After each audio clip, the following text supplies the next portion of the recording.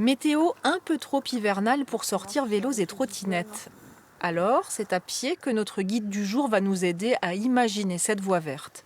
11,5 km de pistes cyclables, jalonnées d'étapes remarquables, ici en lisière de Burch, tout près du château de la Leonardso. De cet emplacement, il y aura une œuvre remarquable qui sont aussi notre emblème sur notre voie verte et porte-bonheur.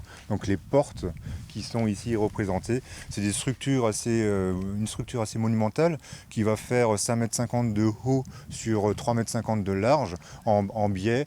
Et pour avoir une ouverture sur le paysage que nous avons devant nous, notamment le mont Saint-Odile et les châteaux de Trotte. De Rosheim à Saint-Nabor, 4 installations de ce type. Des aires de pique-nique aussi, la possibilité de réparer sa bicyclette ou de recharger son vélo électrique, bref, de s'offrir une belle balade à la découverte de ce territoire, ses paysages, sa faune et sa flore, et son patrimoine, ferroviaire notamment. Le tracé suit l'ancienne voie de chemin de fer, à l'abandon depuis 2002. Les rails, les anciennes gares resteront visibles tout au long du parcours. Il faut absolument garder une trace, c'est l'histoire de notre territoire.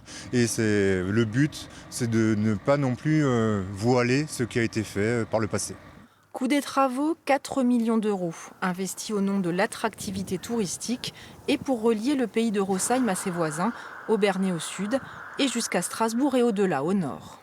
On était un territoire très pauvre en pistes cyclables. Le lien, il fallait le faire parce que sinon on aurait été un peu à l'abandon par rapport au développement de l'attrait touristique par rapport au vélo. Et nous voici arrivés à destination, les anciennes carrières de Saint-Nabor.